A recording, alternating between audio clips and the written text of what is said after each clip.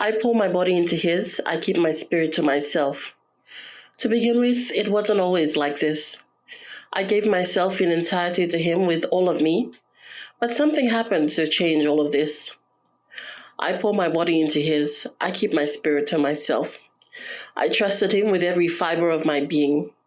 I thought I was rushing into this with eyes wide open, but what I saw was only what I wanted to be seen.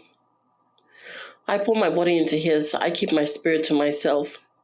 It started with small things at first, little comments, things like text messages when I went to work or was at the shops. But wasn't this all part of making that commitment? I pour my body into his, I keep my spirit to myself.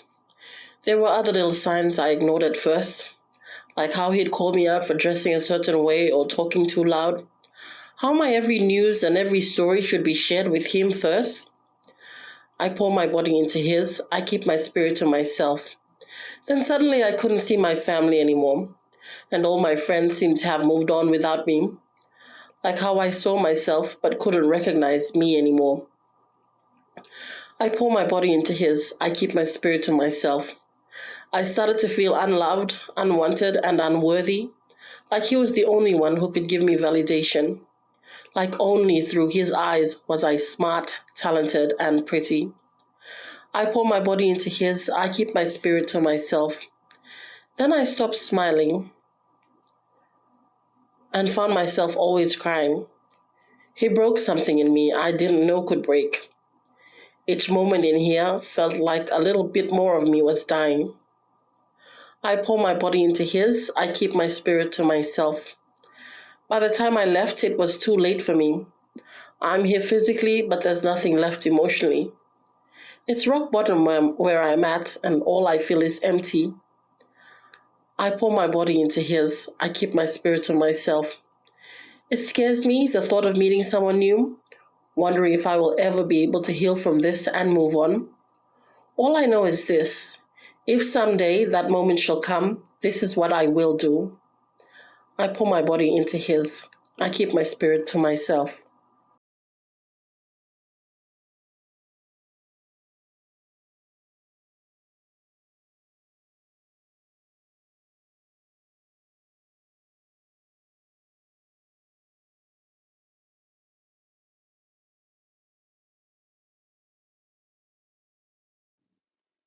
I read this thing the other day and it said dating is like an unpaid internship. And there's a lot. Some of that feels like there is this whole expectation that I bend over back and do everything for everyone else in my life but myself and put myself last.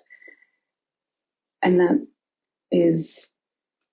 that's completely backward, you get taught from a young age as a young black girl that you will do this and you'll do this for your family and be accommodating of everyone's wants and needs but your own.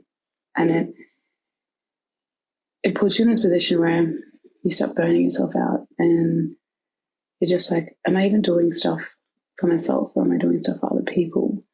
I'm pouring out all of this energy into other aspects of my life that don't get reciprocated, and people aren't giving me that same big energy, and I'm not getting my wants and needs met halfway.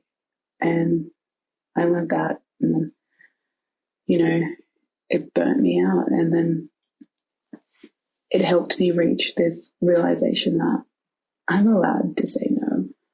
I'm allowed to do stuff solely for the purpose of fulfilling my wants, my needs, and putting myself first, which is something that, felt strange and unnatural. But now I know that you do need to think about yourself as well, and that you do need your own time.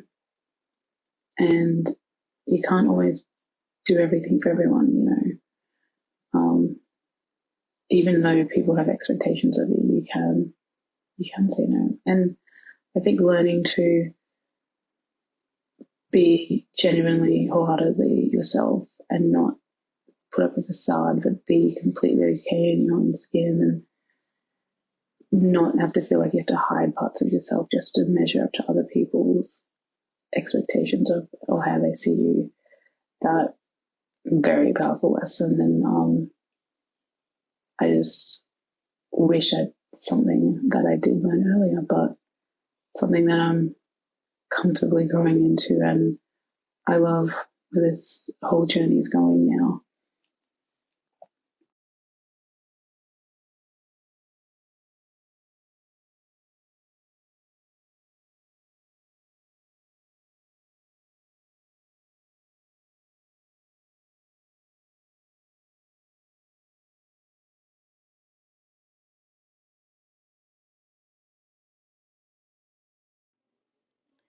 My spirit has lived in many lifetimes. For many lifetimes, I've chosen to be a woman. For a woman's strength is fused in her spirit, vital in her pilgrimage on earth. In these lifetimes, I've battled earthly demons. The scariest of them all is to fall in love with one, entailing days of euphoria and nights of lamenting, till eventually all is left is you on a battlefield. He can strip you and leave your spirit naked. So often I give so much of myself, my heart to complete His, my body to please His, my hands to serve Him, my feet to support Him, my words to comfort Him. I've often strayed away from myself to keep Him on track. Even if my breastplate and pauldron fall off, society tells me to clean my wounds and endure it, fulfilling the purpose of the nurturer. Pouring into Him till all is left of me is my spirit, the true essence of my being. My spirit is the brightest light on the battlefield. My spirit is the lighthouse at night out at sea. My spirit is my compass when I lose my way, the source of my strength, reminding me that I serve a higher purpose.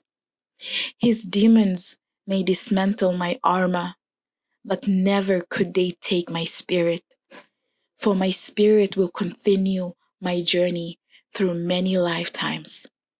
She can never be controlled or destroyed. So often I've asked for an easier path, but my spirit fights these earthly battles for a greater purpose, that in each victory I ascend to a higher realm,